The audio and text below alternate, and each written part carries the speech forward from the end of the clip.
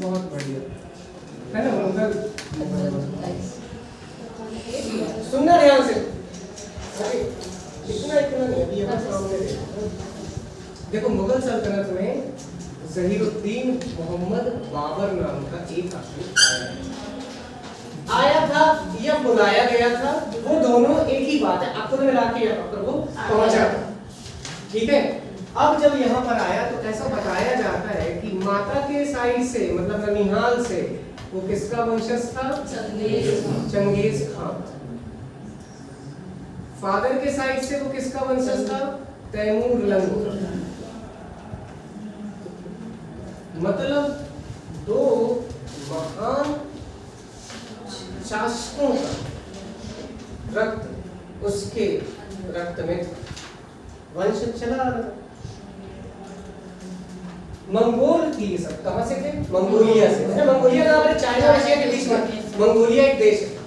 ठीक, मंगोलिया प्लेटियो भी बोला जाता है, मंगोलिया का पठार, जैसे तिब्बत है ना आपका, मंगोलिया बहुत ज्यादा बड़ा है, मंगोलिया का पठारी है वो। मंगोल से बना है मुगल। मंगोल से क्या बना है? मुगल।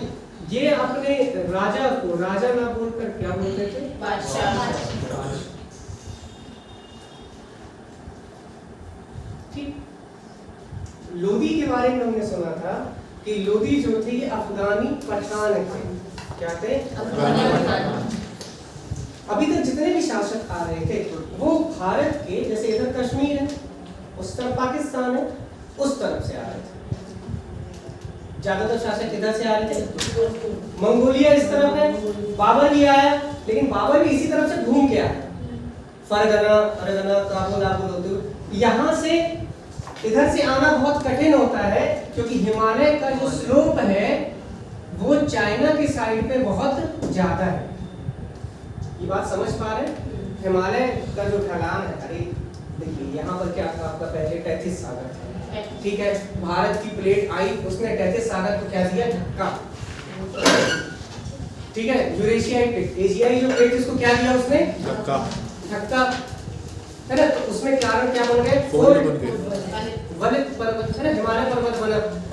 इत्तेफाक से हिमालय का जो उस तरफ से है स्लोप, ढाल, चाइना की साइड से, तो वो चढ़ना बहुत कठिन क्योंकि बहुत शार्प है। ठीक है, ऐसे क्या है? खड़ा है। और भारत के साइड का जो स्लोप है वो थोड़ा सा ऐसा है। समझ गए बात? ये तो कोई भी आदमी आता था तो यहाँ से आना तो डायरेक्ट चाइना तरफ से मुश्किल है, कहाँ से आता तो थोड़ा हिंदू कुश पर्वत से पार करते हुए इस तरफ से आते हैं। ठीक है, दूसरी चीज इसका बहुत बड़ा फायदा भी है हमारे को, एक तो क्या है आपकी सुरक्षा। ठीक है, दूसरी चीज आपकी ठंडी हवाएं नहीं आती जो चाइना तरफ से आती है, वो आपके देश में नहीं आ पाती। तो वो तो खैर चलो ज्योग्राफी में पढ़ोगे आप। लेकिन बाबर के आगमन से या बाबर के आने से दिल्ली सल्तनत का अंत हुआ, ये बात बिल्कुल सही है। ठीक है, अंत कैसे हुआ? क्योंकि दिल्ली का राजा कौन था? इब्राहिम लोदी के साथ इसका कौन सा युद्ध हुआ? पानीपत का प्रथम युद्ध। ये कम से कम तो हर एग्जाम में या पीएससी में बहुत ज्यादा पूछा जाने वाला एक सवाल होता है। विद डेट भी पूछ लेता है, 21 अप्रैल 1526। आया सामने देखो। ठीक है, 21 अप्रैल 1526। कौन सी कॉपी रजिस्टर है क्या? जो आया था उसकी उपस्थिति दर्ज हो गई। अरे किनारे रख दो, बाद में कर दो। मैंने आपको सबसे शुरू बताया है, जब मैं पढ़ाता रहता हूँ तो आपको ध्यान दिया करें, हाँ दावा इधर आगे पीछे मत किया करें। क्रिकेट में स्प्रिंग प्रॉब्लम होती है जैसे, वैसे टीचर के लिए भी हो जाती है। आप जरा सा मूवमेंट करेंगे तो यहाँ से वो रिफ्लेक्ट होता है। ठीक है, तो बिल्कुल कुछ भी ना सोए ना जागे ना नाक फूंक या कुछ भी नहीं। चलो, पानीपत का प्रथम युद्ध बाबर और इब्राहिम लोदी के बीच में कौन जीता? बाबर ने अपनी खुद की एक आत्मकथा लिखी है जिसको बोला जाता है बाबरनामा या किस भाषा में? तुर्की भाषा में बाबरनामा। उसने खुद लिखी आत्मकथा, मतलब जो आदमी अपनी खुद लिखता है, ऑटोबायोग्राफी। ठीक है, ये तो हो गई बाबर के आने तक। अब 1526 में यहाँ पर एग्जैक्टली हुआ क्या इस मैदान पर, तो थोड़ा सा हल्का सा जान तो शायद आपको काम आएगा कभी ना कभी, ठीक है आएगा ही, मतलब आगे भी आएगा वो। बाबर जब आया तो वो एक अपने साथ स्ट्रेटेजी लेके आया था जिसको बोला जाता है तुगलमा, नहीं बोल तुगलमा नहीं, तुगलमा, तुगलमा अलग से पढ़ना है, ठीक है। ये क्या लिखा है? तो अपन राम मलाल नहीं बोलते, ठीक है, राम लाल, तो ब्रह्मा स्ट्रेटेजी जो वो लाया था इसका मतलब था कि उसने भारत में पहली बार किसका प्रयोग शुरू किया? छोटी छोटी होती यार, बड़ी कैनन से छोटी वाली इतनी छोटी थी कि घोड़े में धरते भी वो चला सकते थे, बड़ी भी थोड़ी सी बड़ी थी, जो बहुत बड़ी वाली थी वैसे ही नहीं थी, उसमें कह रहे थे बारूद का गोला। इब्राहिम लोधी अपने ट्रेडिशनल अंदाज में खड़े हैं, कहाँ पर खड़े हैं? ये इनके चतुरंगिनी सेना खड़ी है, हाथी घोड़े पैदल, पीछे खड़े हैं कौन? इब्राहिम लोधी, बहुत बड़ी सेना थी, ठीक। ये है सामने पानीपत का मैदान, ठीक है। बाबर ने क्या किया? बाबर देखिए पढ़े लिखे लोग होते हैं ना जो, तो थोड़ा समझदारी से काम करते हैं। वो युद्ध लड़ने के देखो डिसाइड हो जाता था पहले कि 21 तारीख को ये कहाँ मिलना है अपन को? पानीपत के मैदान, ये डिसाइड हो गया। लेकिन उसके बाद लोग अपने तंबू बनाते थे, टेंट वगैरह लगाते थे। अब क्या हो रहा है कि बाबर निरीक्षण कर रहा है, कहाँ था? उस जगह का, पानीपत के मैदान का। बाबर ने देखा ये जगह पूरी समतल जमीन है, लेकिन इसको थोड़ा सा मॉडिफाई किया जा सकता है। तो बाबर ने क्या किया, यहाँ पर सामने बैलगाड़ियाँ लगवा दी। क्या करें? बैलगाड़ियाँ लगवा दी ऐसे, ठीक है, खूब सारी। इस तरफ बाबर ने क्या किया, एक तरफ यहाँ बहुत सारा गड्ढा करवाया, अच्छा लंबा खाई, वो क्या करवा दिया? भूसा। ये तैयारी उतनी वो पहले युद्ध के मैदान में आने के पहले कर चुका था।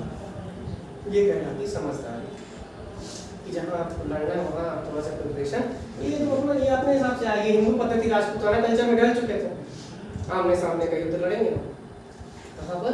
मैदान में, हाथी घोड़े पैदल सब। हाथी कितना दौड़ा, ठीक है। भूसा भर दिया किसने? ऊपर से बाबर ने। यहाँ लगा दी बैल प्लेन मैदान पर। इतना बाबर ने अपनी तरफ से रणनीति बनाई।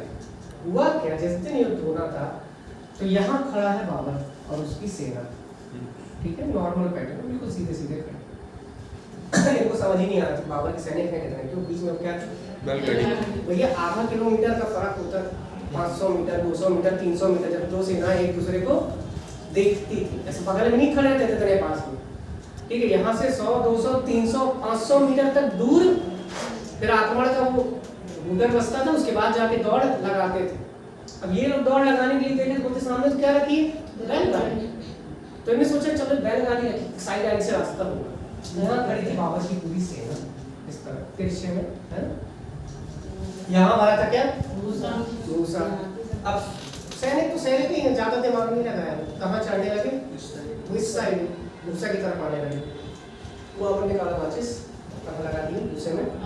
अब उसे गड्ढा था, खाई थी, तो बहुत सारे सैनिक बिना युद्ध लड़े ही वहां पर अंदर जो बचे बहुत सारे, इस साइड वाले तो गए, अब जो उधर वाले बचे तो उधर से जाने लगे। उधर से जाने लगे तो बाबर की सेना इधर से आने लगी। इधर से जा नहीं सकते, इधर से बाबर की सेना आ रही है। ये सोचे अब हम बीच से चलेंगे, बैलगाड़ी को हटाते। जैसे ही बैलगाड़ी की तरफ बढ़ना शुरू किए, यहाँ से कौन सी चीजें शुरू हो गई? क्योंकि बैलगाड़ी चक्कों के बीच में गैप में तो नाल लगाई गई थी। अब आधा किलोमीटर से तो दिखता नहीं है, इतने दूर से थोड़ी दिखेगा तोप की नाल। इब्राहिम लोधी दिमाग लगाया, सोचे चलो यहीं पीछे ही पीछे अपन, लेकिन संभव नहीं था। उतनी देर में बाबर ने पूरा ये मैदान सब तरफ से, भैया इनके इधर से भी आ गए उधर से भी आ गए। कुल मिला के ये बाबर की रणनीति को समझ नहीं पाए, स्ट्रेटेजी को समझ नहीं। बाबर 10-12 हजार आदमी लेके आया था। कितने? 10। इनकी सेना बताई जाती 50-60 हजार 70 हजार, किसी किसी किताब में 1 लाख तक तो मिलता है ठीक है। तो कुल मिला के इब्राहिम लोधी ने थोड़ा बहुत वीरता दिखाई। दिल्ली सल्तनत का एकमात्र सुल्तान भूमि में मारा गया। ठीक, बहुत अच्छी चीज थी बाबर की, उसको मारा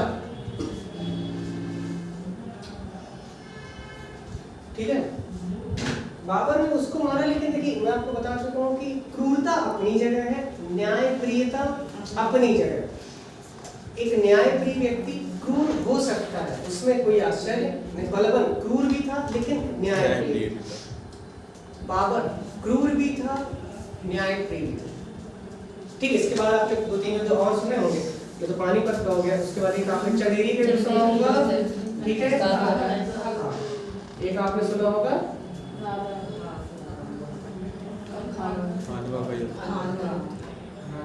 और एक कौन सा सुना होगा?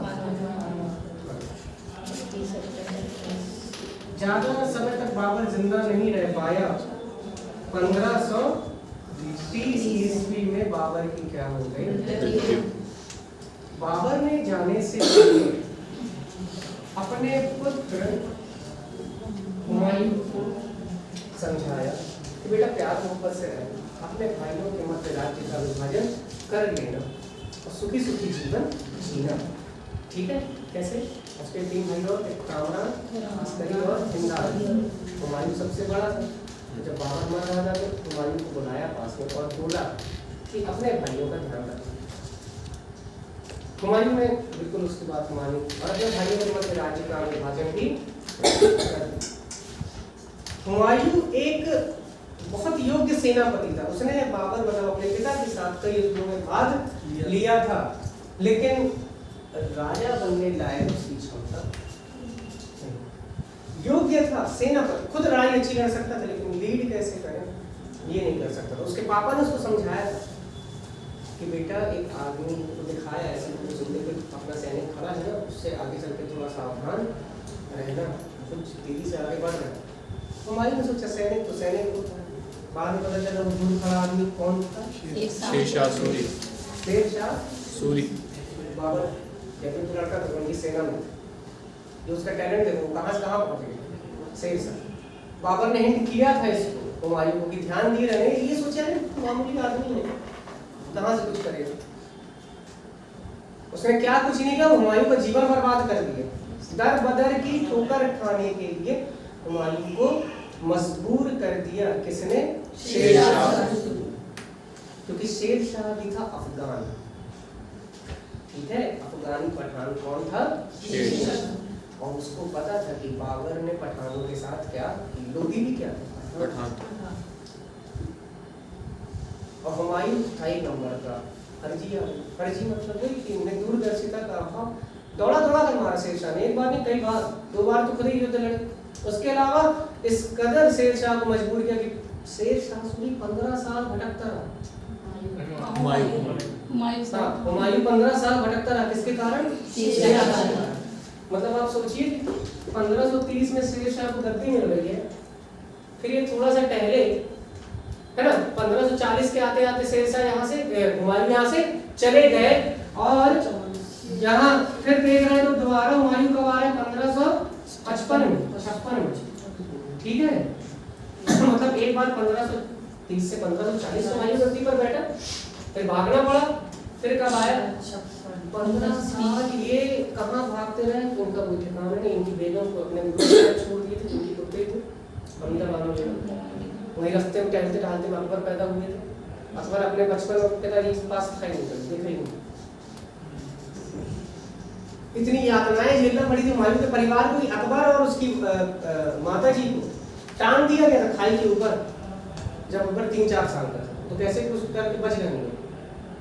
और हुमायूं पूरी दुनिया में बस घूमता रहा कि कोई मदद करे। एक राजा बादशाह था मुगल सल्तनत, उस लिहाज से आप सोचो कोई मदद नहीं करना चाहता।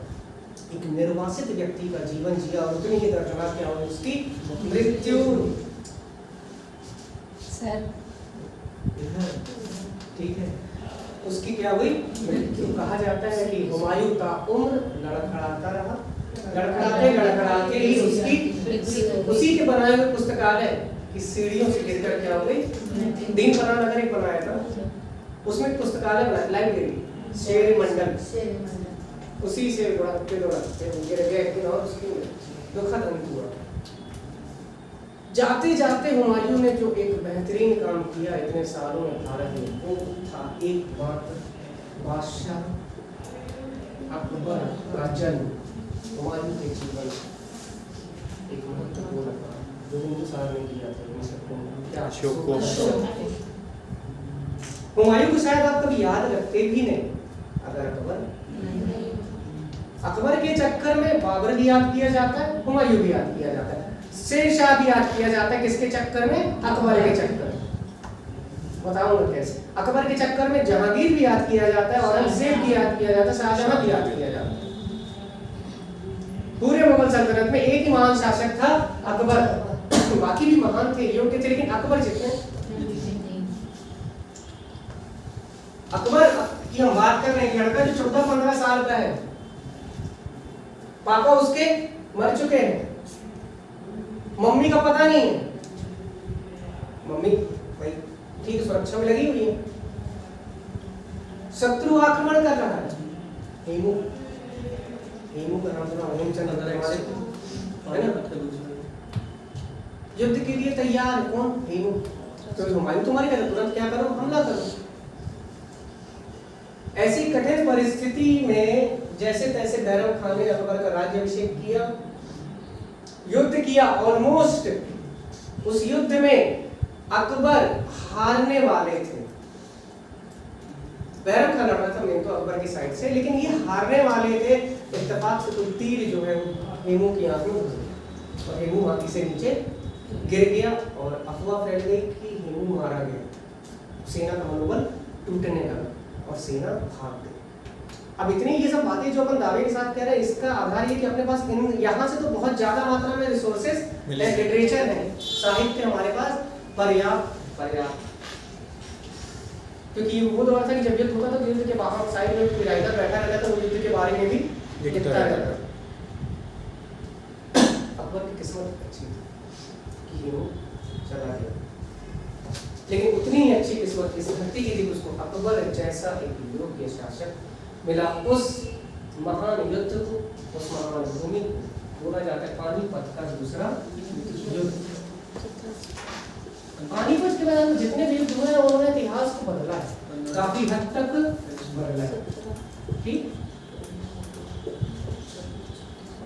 तो ये तो चलो अकबर का अपन पूरा पढ़ेंगे। अकबर तक पहुंचने के पहले थोड़ा सा अपन बाबर लिख लेते हैं और हमारी भाषा दिल्ली सल्तनत का प्रशासन नहीं हुआ। दिल्ली सल्तनत का प्रशासन है, हाँ समझ गया हुआ।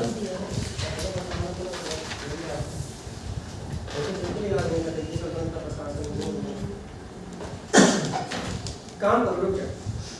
दिल्ली सल्तनत का प्रशासन इस अभी रुक जाओ। ठीक है, अभी जब अपन ने इतना समझ ही लिया तो पहले इसी को कंटिन्यू कर लेते हैं। ठीक है, प्रशासन को क्या है, दिल्ली सल्तनत में मुगल देश था। बाबर ने डाली, जब ये पहले बताना था क्लास में, चल निकालो भाई, कहाँ से? बाबर किताब बताओ आप लोग। सर तुम्हारे बगल में कोई और लड़की बैठी है? स्टूडेंट बैठी है?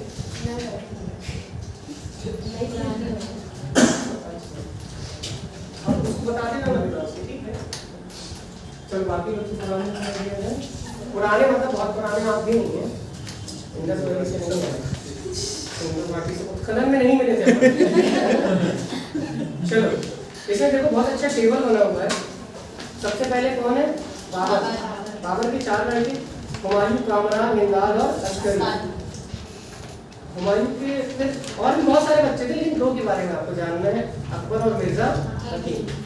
अकबर के भी बहुत सारे बच्चे थे, लेकिन उसमें से 3 को आप जानेंगे, जहांगीर, मुराद। आप बिल्कुल भी ऐसा मत समझना कि इनके इतने ही बच्चे थे, इतने नहीं थे, बहुत सारे बच्चे होते थे।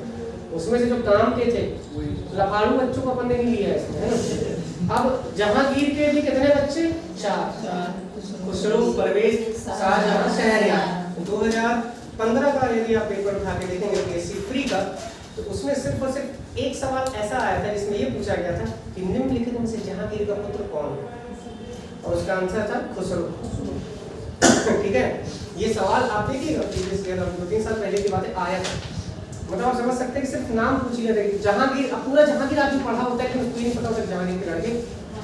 शाहजहां तो पता होता है, वो तो सबको पता है। उसके अलावा जो 1-2 और आदमी, खुसरो वो लड़का है जिसके चक्कर में अर्जुन देव को फांसी हुई थी। तो सब कहानियां हैं कहीं ना कहीं से, है ना। अर्जुन देव का नाम सुना, गुरु अर्जुन देव सिख धर्म के। बस मैं कई बार बोलता हूँ भाई इसने इतिहास कहाँ से पढ़ा इसका जो इतिहास है और जो मेरा इतिहास है और जो इतिहासकारों का इतिहास है वो आपस में मैच नहीं। तुम लोग रियल ब्रदर सिस्टर सगे भाई बहन हो। तुम पता करो इसने कहाँ से जो बुक में तुम्हें पढ़ता उसी में है। सिखों के 10वें गुरु कौन थे? गुरु गोविंद सिंह। ठीक, चलो ऐसे में देखो बेटा क्या होता है परीक्षा में आपको जब आंसर आएंगे ना तो आप अपना इतिहास पूछल के आएगा, उसमें 10वां बोलेंगे और हम लोग तो पता है वो 5 कंफ्यूज हो जाओगे 7.5 निकल आएगा।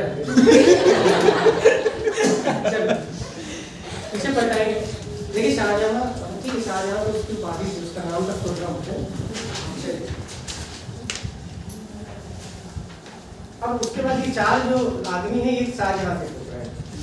दारा से को महान पुरुष था, मार दिया गया। शाह शुजा औरंगजेब जबरदस्त आदमी, उसके जैसा कोई इस्लामिक शासक अभी तक भारत में नहीं हुआ था, इंक्लूडिंग दिल्ली सल्तनत और मुगल सल्तनत। किस मामले में? दिनचर्या के रूटीन। इतना बेहतरीन रूटीन था उस आदमी का, औरंगजेब का, कि उसको जिंदा वीर कहा जाता था। वीर मतलब संत, लिविंग, जिंदा।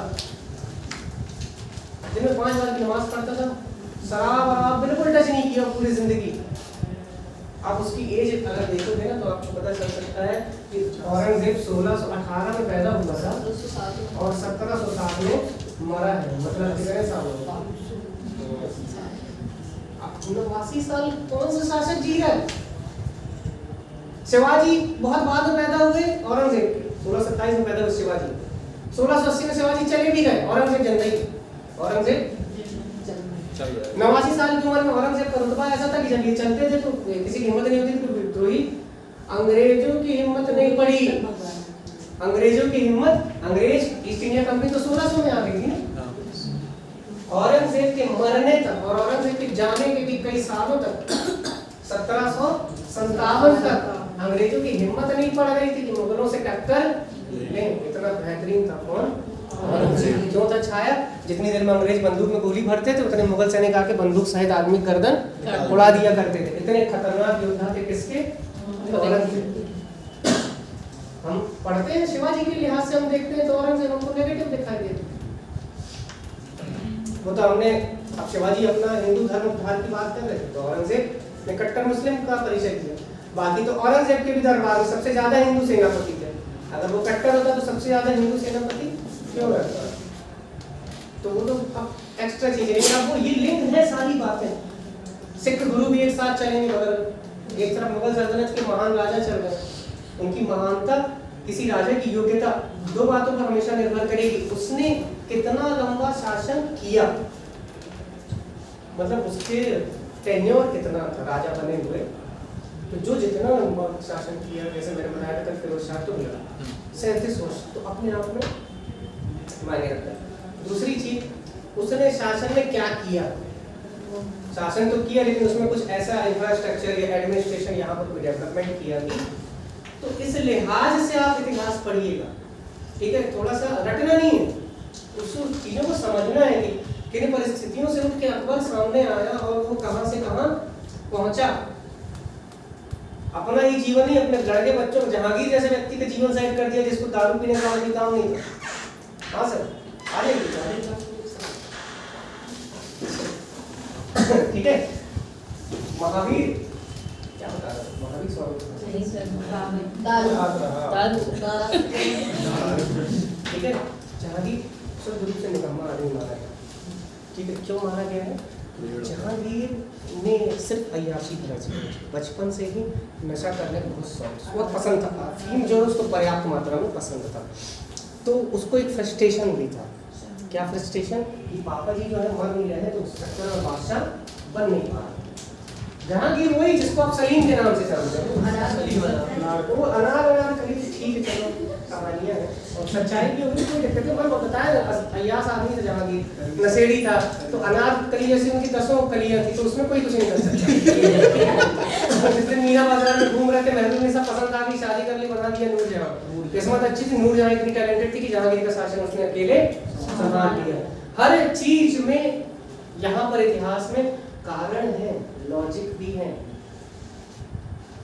और कुछ घटनाएं ऐसी हैं जो अकस्मात भी इंसिडेंट्स, प्योर इंसिडेंट्स। जहांगीर को मीना बाजार होता था लाल किले में, मीना बाजार में खरीदारी करते थे थी कौन, मेहरुन्निसा नाम की लड़की जो बाजार में सामान खरीदने आई थी जहांगीर के पास से।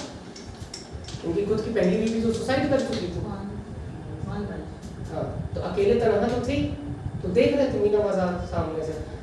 मेहरुन्निसा सुंदर बहुत थी और पर्सनालिटी उसकी बहुत अच्छी, लड़की डाल रही है। उनको पसंद आ गई, उन्होंने विवाह कर लिया। वो तो वैसे आम आदमी थी, तो वो तो सुल्तान से करी नहीं उसका, तो टैलेंटेड थी, है ना, कि जहांगीर को संभाल ली उसने। तो कुल मिला के आएंगे, लेकिन मैं बताया तो मुगल सल्तनत, जो मेरा उद्देश्य ये रहता है जब भी मैं आपको कोई टॉपिक पढ़ाऊं तो पहले आप उस टॉपिक की भूमिका में डूब जाए, ताकि आपके दिमाग में ना ये पूरा फिक्स हो जाए कि अब दिल्ली कहाँ गया, मौर्य प्रशासन कहाँ गया, हमको कुछ नहीं पता। आज हम क्लास में बैठे तो हमारे दिमाग में क्या चलना चाहिए, सिर्फ मुगल। तभी आप उस क्लास में 100% फोकस जनरेट कर पाएंगे। आपको ये महसूस ही नहीं होना चाहिए कि आज हमारी पहली क्लास या हम अपना कोई नया टॉपिक पढ़ रहे हैं। आपको ऐसा फ्लो आपके दिमाग में होना चाहिए कि जैसे हम बहुत दिनों से ये चीज पढ़ते आ रहे हैं, यूज्ड टू लगना चाहिए। चलो अब पढ़ो, समझ गए क्या? 10 मेरे सर तो मुझे नहीं पता आएंगे कि नहीं आएंगे सर, नहीं आएंगे तो वो फोन कर देते हैं, आते हैं तब नहीं करते। चलो बड़ा फोन पढ़ बाबर 1526 से 1530। हाँ भारत में मुगल साम्राज्य की स्थापना बाबर ने की थी। बाबर का प्रथम आक्रमण 1519 ईस्वी में बाजौर और भेरा पर हुआ। हाँ, वो सब तोप खाने का प्रयोग भेरा पर किया गया था। हम्म। बाबर और इब्राहिम लोदी के बीच पानीपत में 21 अप्रैल 1526 में पानीपत का प्रथम युद्ध हुआ। ये गोला लगा भैया, यहाँ पर गोला लगाना मतलब ये पॉइंट आपको हमेशा याद रखना चाहिए, ठीक है? लिखवा नहीं रहा हूँ, ये यहाँ सब नोट्स में लिखा हुआ है, ठीक है? आप बस पिक करते चलिए उसको। इसमें बाबर की विजय हुई। इस युद्ध में तुलगमा युद्ध नीति उस्मानी विधि का प्रयोग किया गया हाँ, था। तो लगा बस याद रखेंगे, ठीक है? उस्मानी विधि तक मत पहुँचो, बाद में बात करेंगे। हाँ, आगे। बाबर ने कलंदर की उपाधि धारण की थी।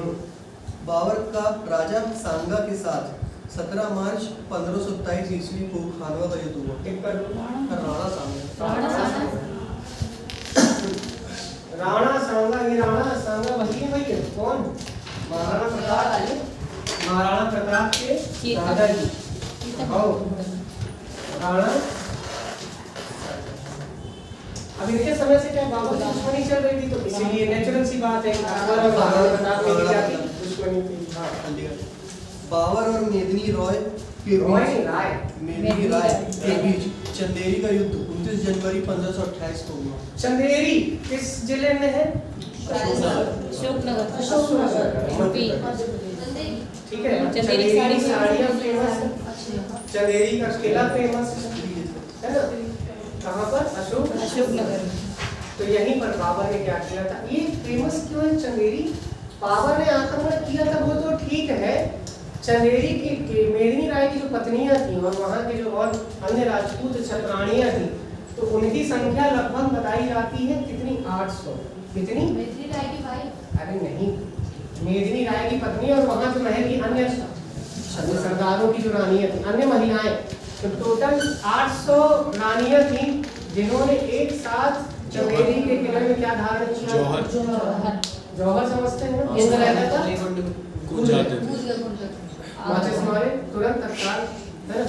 और उसमें बहुत सारी महिलाएं, प्रेग्नेंट लेडीज भी थी, छोटी बच्चियां भी हो सकती हैं, मतलब थोड़ा कम एज की, है ना? बहुत हर टाइप की महिलाएं, इसीलिए अपनी आत्मसम्मान की, तो इसीलिए फेमस है कि एक साथ 800 स्त्रियों ने वहां अपने प्राण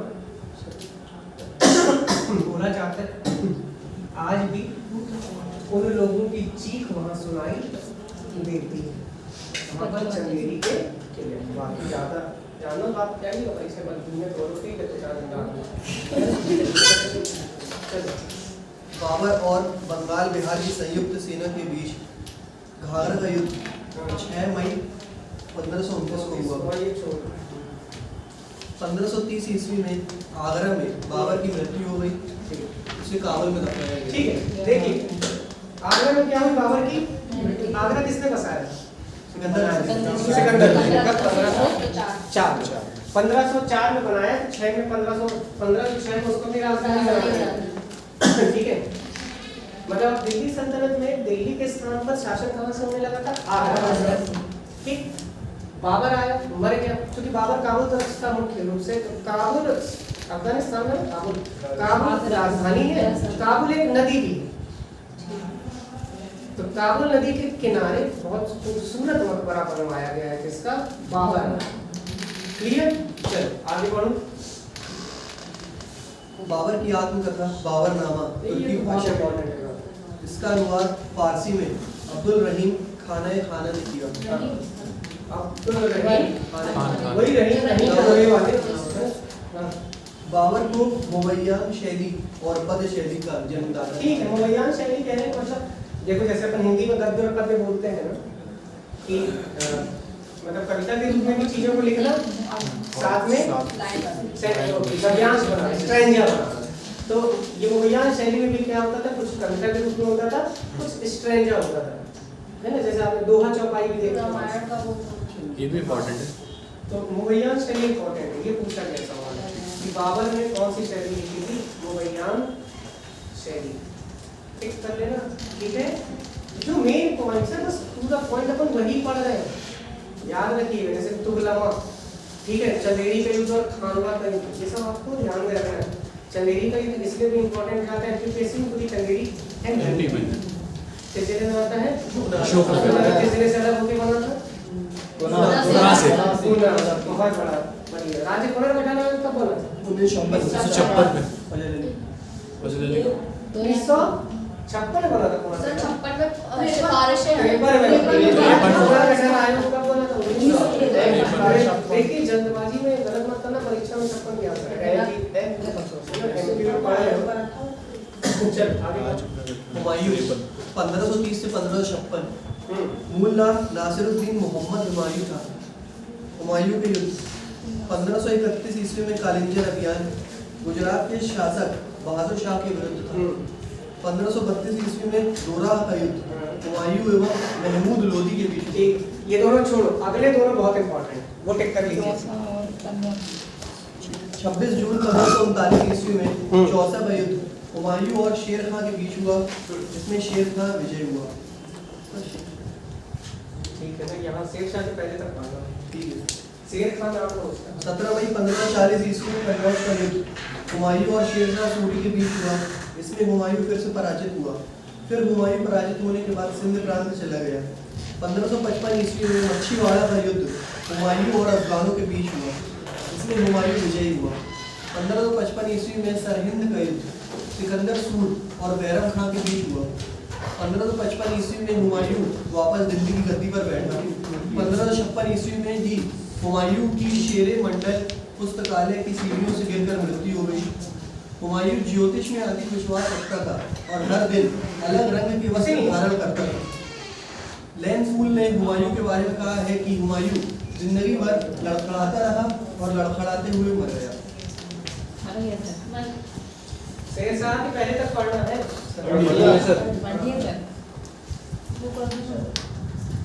नहीं, फ्री में भी पूछता है। कि किसने बोला? कुछ कुछ का पूछ लेता है, जैसे किस इतिहासकार ने कहा है कि हुमायूं काफों में लड़खड़ाता रहा और लड़खड़ाते रहा। एक तो लेगा है, मुझसे बात कर रहे हो। चलो अभिलाषा, बताओ पानीपत का पहला युद्ध किसके किसके बीच हुआ? पहला बाबर और ठीक है। बाबर के पुत्र का नाम जिसने शासन किया, फिर आगे हुमायूं के पुत्र का नाम, ठीक है। चलो एक चीज और बताइए, कौन सी युद्ध नीति बाबर लेके आया? तुगलमा, है ना? तुगलमा, ठीक है। चलिए एक चीज और बताइए, हुमायूं को किस शासक ने यहाँ पराजित किया? शेर शाह, जिसके कारण हुमायूं को भटकना पड़ा। दो युद्ध आपने पढ़े अभी जो शेर शाह के साथ, चौसा और 1539, 1540। 64 बिलियन सर 14 कन्नौज कन्नौज है सर। हाँ वही कन्नौज प्रोग्राम ठीक है। तो इन बातों में एक चीज आपको देखिए बहुत अच्छे से समझ में आ रही है कि मुगल सत्ता यहाँ स्थापित हो गई, पहली चीज। दूसरी चीज, कुछ क्वालिटीज जो थी ये धार्मिक रूप से क्या होते थे, सहिष्णु। ठीक है, अब सब लोग देखना, अभी पढ़ लिए ना, यहाँ देखो जो काम के पॉइंट है वो आपने देख लिया। धार्मिक रूप से क्या थे, सहिष्णु। बहुत ज्यादा ये किसी उलेमा पर या किसी अमीर वर्ग पर डिपेंड नहीं है। उनका ये मानना था कि भैया आप अपना काम करें, आप धर्म गुरु हैं, हम बादशाह हैं, तो हम अपना अपने हिसाब से काम करें। हिंदू और मुस्लिम प्रजा में किसी भी प्रकार का भेद नहीं करते, तो ये सब सहिष्णुता की बातें हैं। दरबार में मृदु सभ्यता की स्थापना हुई है ना, एक माहौल जो था थोड़ा सा अच्छा हो, फ्लेक्सिबल। दीवाने आम, दीवाने खास, ऐसी सभाएं आयोजित की जाती थी, है ना। मुगल बादशाह जनता से रूबरू हुआ करते थे, रूबरू मतलब सामने फेस के साथ फेस्टिवल सारे मनाया करते थे।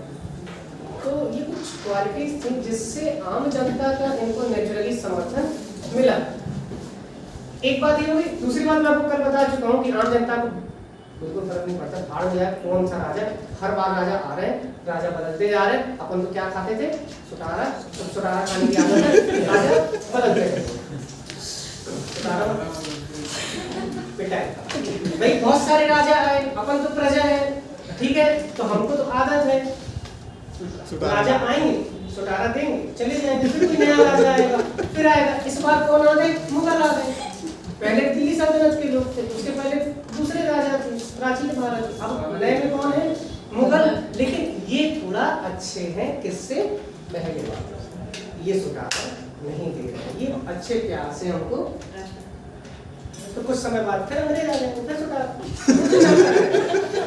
भारतीयों को इस चीज की आदत लग चुकी थी और इतना ज्यादा हम लोग पर्याप्त मात्रा में ठोके और कि आज आप उस चीज को देखिए। मैं हमेशा बोलता हूँ मेरी बातों में आप गंभीरता को समझने का प्रयास करें। आज हम फिजिकली तो आजाद हो गए, मेंटली आजाद, गुलाम है बहुत बेहतरीन तरीके से, दूसरों के नहीं, खुदा के गुलाम। हमारा अपने ही दिमाग पर कंट्रोल नहीं। सबसे बड़ी बात ये इसलिए चला है क्योंकि आपका वो जेंडर ऐसा रहा है, इतिहास बहुत लंबा। अमेरिका में ऐसा नहीं हुआ। अमेरिका तो ये 1500 में खोजा गया, 1492 1776 में अमेरिका आज़ाद हो गया। बंदूक के दम पे आज़ादी ली थी, हथियारों का सबसे बड़ा उत्पादक है आज की डेट में, क्योंकि हमने आज़ादी किस दम पे ली थी, बंदूक के दम। हम लोग बंदूक के दम पे भी आज़ादी नहीं ले सकते, क्योंकि हमारे इतना बड़ा देश है, बंदूक के दम पे आज़ादी लेते तो आज हर राज्य बंदूक के दम पे विरोध कर रहा होता। इसलिए गांधी जी जानते थे इस चीज को, तो उन्होंने बोला अहिंसा का पालन, कम से कम गनीमत है उस चक्कर में आज लड़ाई अपन नहीं कर। लेकिन सुटारा इसमें कोई समझ नहीं, शोषण है ना, अच्छा शब्द क्या होता है, शोषण। इतना शोषण हुआ कि भारतीय अपने हुनर को भूल गए। जो टैलेंट हुआ करता था हर भारतीय में वो भूल गए। आज आप देखो दुनिया के अच्छे अच्छे कंपनियों भारतीय काम कर रहे हैं, लेकिन वो अपने देश में आना नहीं चाहते। कई लोग यहाँ से ब्रेन वॉश होता है, ब्रेन ड्रेन होता है, ठीक है, यहाँ से निकलते जा रहे हैं, निकलते जा रहे हैं। ब्रेन होता है, वॉशिंग मशीन देखिए उसमें बटन होता है ड्रेन, उसको दबाओ तो पानी, तो वो ब्रेन हो रहा है हमारे यहाँ से लगातार। अच्छे घर आजकल देखना हर दूसरे तीसरे घर का लड़का लड़की विदेश में होते हैं, जा रहे हैं। क्यों, उसको पता है कि भारत की राजनीतिक परिस्थितियाँ, जातिवाद, आरक्षण, यही सब यहाँ पर चलता रहता है। और हमारी सभ्यता ने इसको जन्म दिया था, वैदिक सभ्यता ने। उन्होंने बनाए थे 4, हमने बना दिए कितने, 400 का तो 4000 होंगे, पता नहीं कितने होंगे। हम हमारे 4 कौन कौन से थे, ब्राह्मण, क्षत्रिय, वैश्य, शूद्र। ये उस समय बीज बोया गया। पहली बात तो उस समय ही नहीं किया होता ना, आज कितना अच्छा होता। सोचो ना कोई कास्ट सिस्टम, ना कोई रिजर्वेशन, ना कोई फाउंडेशन, आज आदमी इतना मिल बांट के प्यार मोहब्बत से रह रहा होता। हाँ, वो तो फिर उसके अलग है, ब्राह्मण क्षत्रिय वैश्य शूद्र तक तो ठीक था। अब उसमें भी जनरल, ओबीसी, एसटी, एससी, जबरदस्ती। कोई बच्चा डिमांड कभी नहीं करता है, ना कोई चाहता है। एक बच्चा पूरी स्कूलिंग कर लेता है, उसको इससे मतलब ही नहीं रहता कि हम कौन सी भाषा ही नहीं रहे। साथ बैठ के खाते पीते घूमते, लेकिन ये डोमिनेट करने के लिए नेता होता है। हमारी संस्कृति है ना, जिनके में नहीं था तो उनके आज आप देख लो, वहाँ कल्चर अलग है, वो लोग बिंदास रहते हैं। हमारे यहाँ था। संस्कार कितने होते हैं? 16। वेद कितने? 4। विवाह कितने प्रकार के? 8। किस सभ्यता की बात करूं? उत्तर वैदिक का। उत्तर महात्मा बुद्ध के अनुसार दुख का कारण क्या है? तृष्णा। मतलब हमारी इच्छाएं। बौद्ध संगीतियां कितनी हुई? 4। जैन संगीतियां 2। 200 रुपए के नोट के पीछे किसकी फोटो? देखा तो अभी मत बोलेंगे। एक तो गांधी जी का देखा, वो करता है। किसकी फोटो 200 रुपए के नोट के पीछे? सबने देखा है ना? सांची। देखो, इसे कहते हैं एनालिटिकल अप्रोच। वो नोट आपने कितनी बार छुआ होगा, देखा होगा, यूज किया होगा, लेकिन आपको नहीं पता दोस्तों परीक्षा के सवाल में आ सकता है 500 के पीछे, दिल्ली का 2000 के नोट के पीछे, गगन है। नहीं पता मंगलयान। मंगलयान मंगलयान। गगनयान आया था। ठीक है। अब एक चीज और बताओ, 50 रुपए में वो है। बाण भट्ट किसके दरबार के कवि थे? कालिदास, विक्रमादित्य द्वितीय, चंद्रगुप्त द्वितीय, विक्रमादित्य। गुप्त वंश का संस्थापक कौन था? श्री। दिल्ली सल्तनत में ऐबक जो था वो किसका गुलाम था? गौरी का। गौरी और पृथ्वीराज के बीच कौन से युद्ध हुए? तराइन के 2 युद्ध। सोमनाथ मंदिर पर आक्रमण कब? 10-25। मतलब 1025। किसने किया था?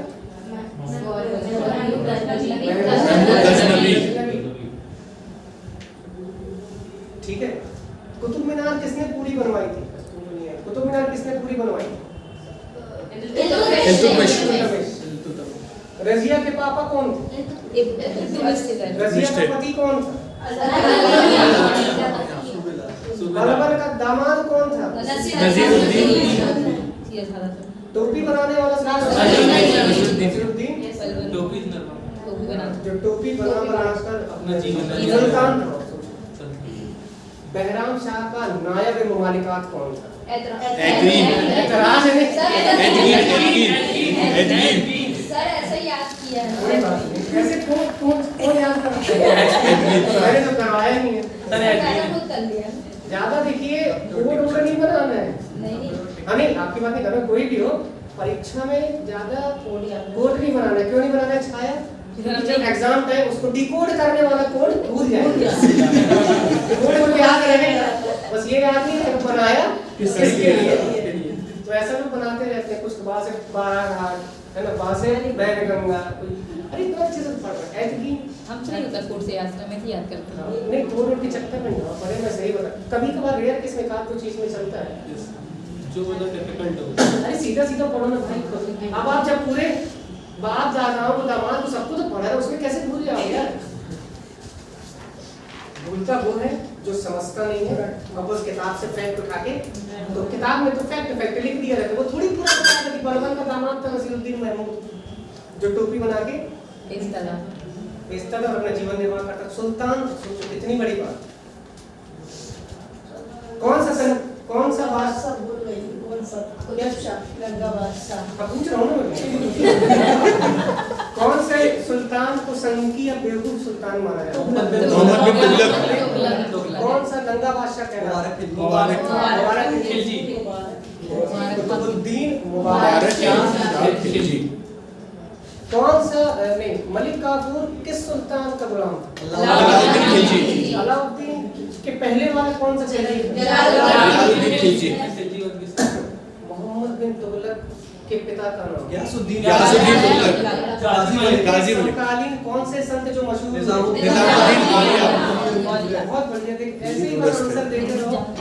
आप लोग भी जो न्यू स्टूडेंट हैं, आप लोग भी ऐसे ही याद कर, याद मतलब रखना नहीं पड़ेगा, आप समझोगे, रिवाइज करोगे सब कुछ।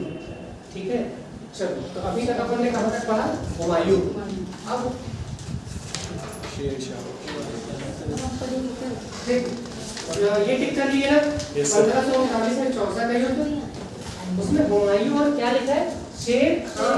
तो शेर खां प्रिंटिंग मिस्टेक नहीं, उसी का नाम है ना, उसका नाम था शेर शाह सूरी का बचपन का नाम था फरीद। एक बार उसने शेर को मार दिया था, तो बहार खान लोहानी ने उसका नाम रख दिया था शेर खां। ये केबीसी का 50 लाख का पूछा हुआ सवाल है, पता है ये बहुत, मतलब सोचो, एक बार ये पूछा था देवनाथ की दस्ती किस राजा को बोलते हैं, अशोक को। 25 लाख का सवाल।